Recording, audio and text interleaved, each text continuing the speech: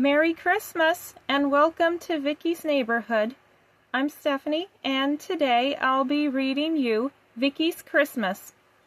In this story, Vicky and her family go away to Fantasyland Valley Ranch to celebrate Christmas with Mitchell Johnson and Mayla Carlson.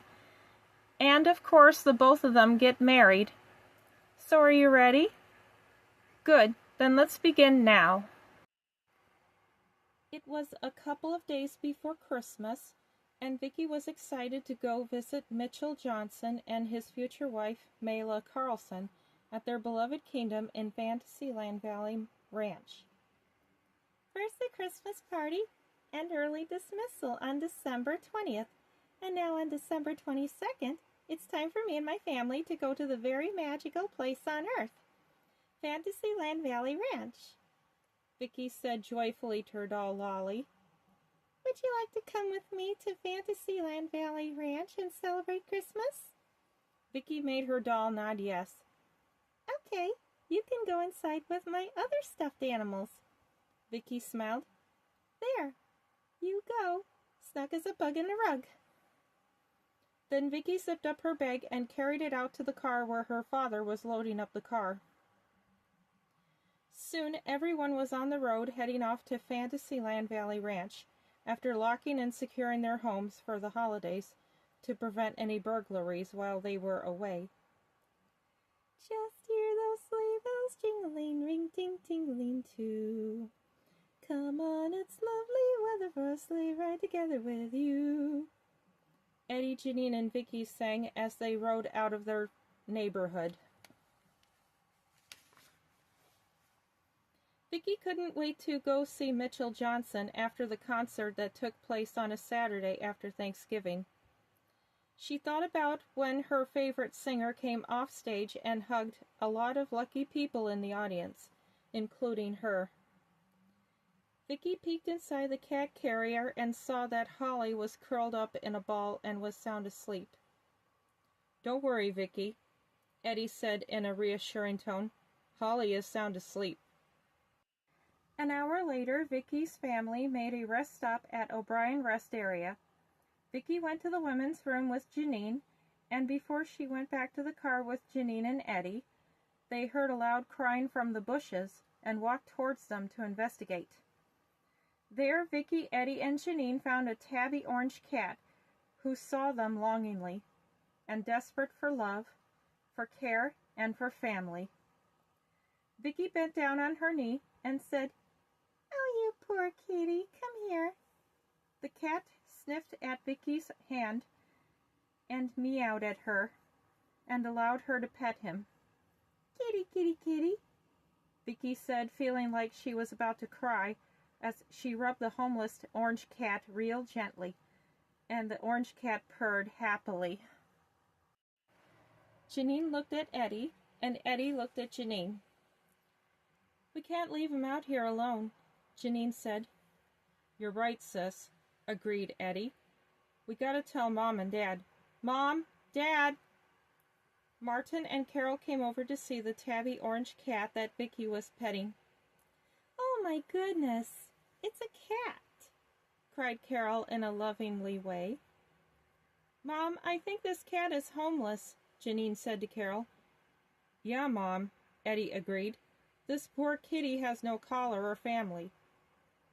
"Then we better take him with us and find out from the local shelter if you're correct."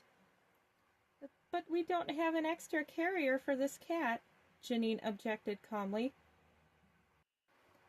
"Don't worry, I thought of everything," Uncle Peter said, presenting an extra cat carrier that both he and Aunt Lizzie packed. "Uncle Peter!" Vicky cried happily. "You are a hero!" "Yeah," Uncle Peter replied agreeingly.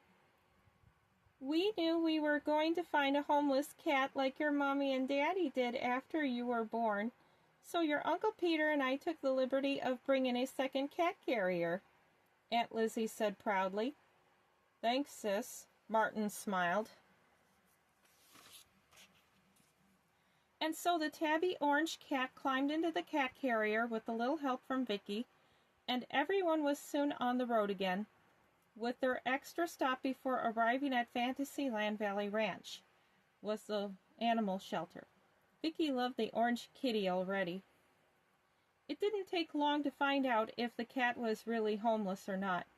And to answer the question of the Chandlers and the Wheelers, the orange cat had no family and was due to be adopted. He was already microchipped and fixed and ready for adoption. That made Vicki and her family happy. Martin and Carol signed the adoption papers and headed back to one of the cars with the new cat and playmate for Holly. By the time Vicki and her family reached Fantasyland Valley Ranch, it was 4 o'clock and close to dinner time. Each of the vehicles honked their horns in the rhythm of jingle bells. Mitchell and Mayla were coming out of the mansion to greet the family of the Chandlers and the Wheelers. "Merry Christmas and welcome to Fantasyland Valley Ranch, Vicki and family," Mitchell began proudly. "Merry Christmas, Mitchell and Mayla," Vicki and her family replied with excitement in their voices.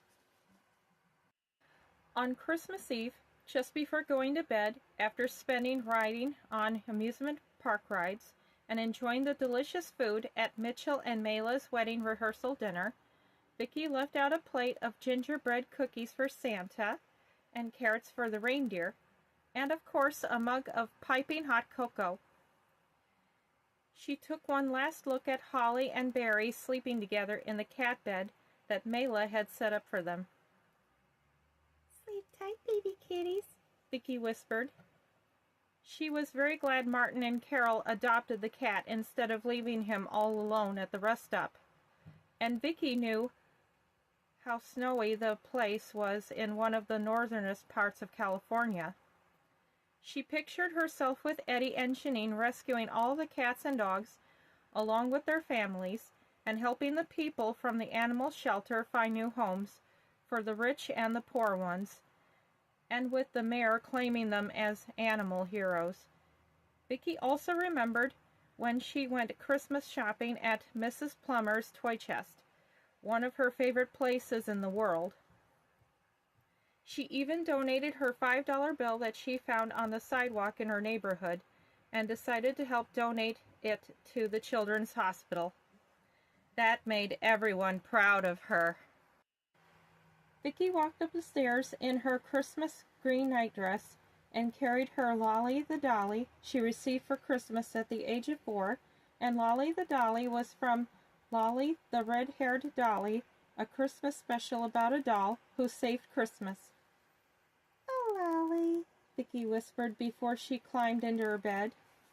"You were a heroine when you helped Santa deliver presents all over the world. And as long as my family is proud of me for donating to the Children's Hospital, I am proud of you too for saving Christmas." Vicki went inside her guest room she was sharing with her brother, sister, and cousins, and went to sleep. Vicki dreamed that one day snow had fallen and that she wanted to go out and play, so she asked her mother Carol if she could go and take her sled out in the snow. Carol nodded and called her brother Jeff to take her to the park where she can go down snowy hills on her sled. "Hello, Jeff. Can you take Vicki to the park? I'm busy baking cookies for dessert tonight," Carol said. "Sure, sis. I'll be right over," Uncle Jeff replied. "Wonderful," Carol said happily. Of course, Carol was too busy with cooking and baking for both dinner and dessert, and that was the only time she had left before Martin returned home from work.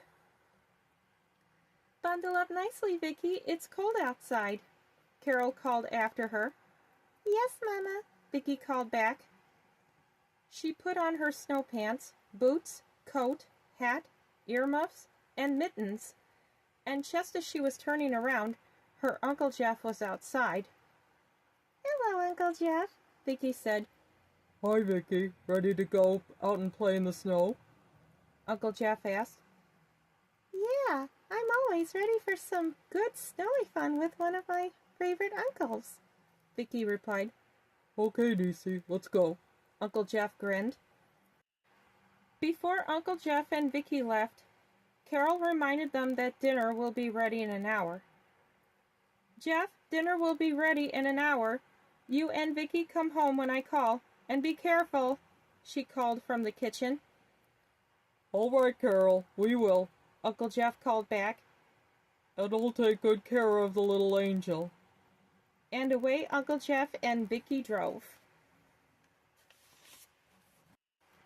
Soon Vicki arrived at the snow park with her Uncle Jeff, where Johnny Mackenzie was with his Aunt Whitney, Mandy Francis was with her Uncle Bud, and Lavender Smith was with her Uncle Dorian.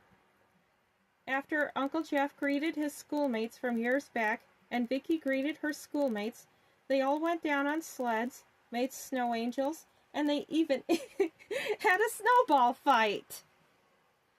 Vicki, Johnny, Mandy, and Lavender, along with Billy Henderson, who came with his Aunt Celeste, and Mina Williams, who came with her Uncle Roger, worked together to build a snowman and a snow woman, since Vicki pointed out that a snowman would be left all alone in the park. And of course Billy and Mandy built snow children for them. What a snow family! Good job, kids. Uncle Jeff said. Now the snowman has a snow wife and a couple of snow kids. He won't be so lonely, right, Whitney? Y'all better believe it, Jeff, Whitney smiled. I agree, Dorian said, but I just got a call from my sister telling me that dinner is ready. Same here, Dorian, laughed Uncle Jeff. You know, everybody, said Vicki, I was thinking we should star in our favorite TV show. Sunflower Boulevard? Lavender asked, still looking at the snow family that she and her friends made. Yeah, Lavender, said Johnny. I think Vicki has that kind of dream of being on TV, and so do I. Yeah, so do I, agreed Lavender. Me too, Billy and Mandy agreed. What about you, Mina? Vicki asked. Maybe our classmates can be in it too. Vicki and the gang starring on TV? Count me in, Mina grinned. Johnny, Whitney called. Lavender, Dorian called. Billy, Celeste called. Mandy, Bud called. Mina, Roger called. Vicki, Uncle Jeff called. Coming, Aunt Whitney, Johnny called back. Coming, Uncle Dorian, Lavender called back. Coming, Aunt Celeste, Billy called back. Coming, Uncle Bud, Mandy called back. Coming, Uncle Roger, Mina called back. Coming, Uncle Jeff, Vicki called back. Vicki said goodbye to her friends, and Uncle Jeff did the same thing to his friends, and drove back home where Carol, Martin, and Eddie and Janine and all the rest of Vicki's relatives were waiting. And where were Eddie and Janine? Eddie was out with his new girlfriend, Debbie, and Janine was out with her new boyfriend, Thomas, ice skating at an ice skating rink. Once at home, Vicki and her family sat together for the Christmas Eve dinner, and she even watched a family Christmas movie called Nemo Saves Christmas, a Sunflower Boulevard holiday movie where Nemo and his friends from Sunflower Boulevard return Rudolph home to the North Pole before midnight. And as a special award for helping Rudolph find his way back home, Santa awards Nemo, Big Chick, Clover, Cupcake Monster, Grumpy the Grouch, Mary Conn, Maggie Sue, Vern and Arnie, and Snuggles a sleigh of their very own to ride in the Christmas Day parade. Oh boy, I can't wait for the best part of the movie, Vicki whispered eagerly to herself before nibbling on gingerbread cookies. At 3 in the morning, Vicki woke up from her dream to go to the bathroom. She thought about seeing lots and lots of Christmas presents in front of the Christmas tree that she and her family put up for Mitchell and Mayla before their Christmas Eve wedding rehearsal. After flushing and washing her hands, Vicki went back to her guest bed, where her Lolly the dolly was lying on her pillow with her legs and arms spread across the pillow, with a Sunflower Boulevard characters printed all over the pillowcase from Sunflower Boulevard's bedspread that she received for her 5th birthday. Vicki picked up her doll and went back to bed, thinking of how much fun she was going to have as soon as the sun rises on Christmas morning before Mitchell and Mayla's Christmas wedding. "I can hardly believe it," Vicki thought. "Mitchell and Mayla are getting married on Christmas Day, but they won't be getting married until 2 o'clock. Vicki wanted to wind up the Sugar Plum Fairy snow globe and play it while she relaxed during the rest of the hours of sleep. But since everyone was still asnooze, she didn't want to wake everyone in Mitchell and Mayla's mansion. So, later at 7 o'clock in the morning, after the sun rose over Mitchell and Mayla's kingdom, Vicki was the first to wake up. She jumped out of bed and cried, "Wake up, everybody, it's Christmas!" Eddie, Janine, and all the rest of her cousins woke up. "Yay!" they cheered, jumping out of their beds to join Vicki as she led the way down the stairs. When Vicki, Eddie, and Janine got downstairs along with their cousins, all of Vicki's uncles, aunts, grandparents, and parents were already awake, and so was Mitchell and Mayla. "Good morning, kids," Mayla greeted them. "Merry Christmas." "Merry Christmas, Mayla," Vicki, Eddie, Janine, and their cousins replied joyfully. On the plate there was nothing but crumbs from the cookies, and in the cup there was nothing but whipped cream and streams of chocolate from the hot cocoa. And the very best part of all is that there were presents all from Santa by the Christmas tree. "Santa came!" Vicki cheered. "Well, of course he did, Vicki," said a voice. It was Mitchell who lifted her up into the air. "Merry Christmas, Mitchell!" Vicki smiled. "Merry Christmas, Vicki," Mitchell smiled back. So, Vicki, her family, Mitchell, and Mayla opened their presents. They ate a delicious hearty breakfast and sang Christmas carols, even the 12 Days of Christmas, which was one of Janine's favorite Christmas songs. Janine remembered the time she asked what a calling bird was, and Eddie would answer that a calling bird, commonly known as a collie bird, is a type of blackbird that represent a sound they make in their calls or songs. That was before Vicki was born. At 1:45, Vicki and her family gathered at the Giving Willow, where Mitchell and Mayla were to be wed. "Daddy," Vicki said quietly. "Yes, honey," Martin replied quietly. "Where's Mayla? When is she coming down the aisle?" Vicki asked. "Mayla's getting her wedding dress on, and just as soon as she comes, you know what to do," replied Martin. Vicki nodded eagerly. Of course, Vicki was chosen to be the flower girl who sets the happy mood and scatters rose petals as she leads the bride down the aisle as soon as the bridesmaids parade down toward the altar and line up on the left, while the groomsmen line up on the right. 20 seconds later, Mayla arrived, and Vicki proceeded to toss ruby red rose petals this way and that, as the new bride walked down the aisle with snowy white roses in her grasp. After saying "I do," Mitchell and Mayla were now happily married, and Vicki had a feeling that Jesus was smiling down from the heavens up above. "Well done, Vicki," Martin cried happily, as he lifted her into his arms and gave her a kiss. "Thank you, Daddy," Vicki grinned. "Won't everybody be so proud of me?" "We all are very proud of you, Vicki Chandler," the crowd replied chorously. "You made a beautiful flower girl." Vicki smiled like a movie star and pictured herself getting her picture taken by 10, 20, or 30 photographers, and more than 1,000 people cheering her name repeatedly.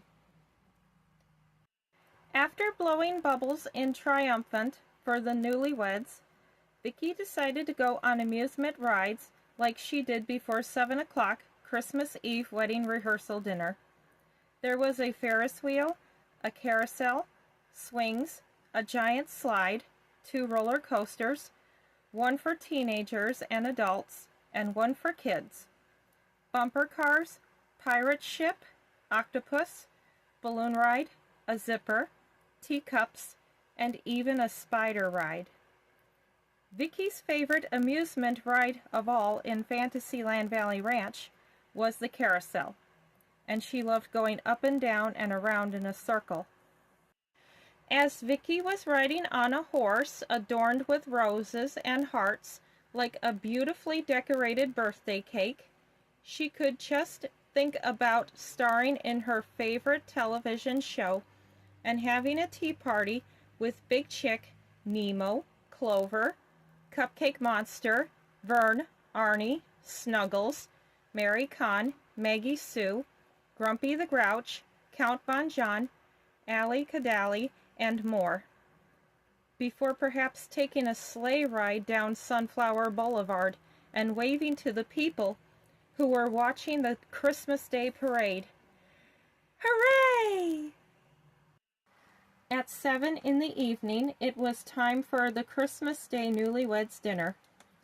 Vicki was feeling hungry from all of that riding on the amusement rides that Mitchell had built and installed in his new fantasy kingdom, and what's interesting was that Carol was pregnant with Vicki when Mitchell Johnson, along with Mayla Carlson, bought 2,700 acres before setting up an amusement park and many other attractions in their new land. For Christmas Day dinner, everyone feasted on turkey, cranberry sauce, mashed potatoes with gravy, sweet potatoes with marshmallows, apple salad with candied walnuts and raisins, garlic toast, Christmas trifle, a choice of drinks from hot cocoa to eggnog, and small desserts from gingerbread cookies to fruitcake. And of course, there was the yummiest, biggest dessert of all, the Christmas Day wedding cake.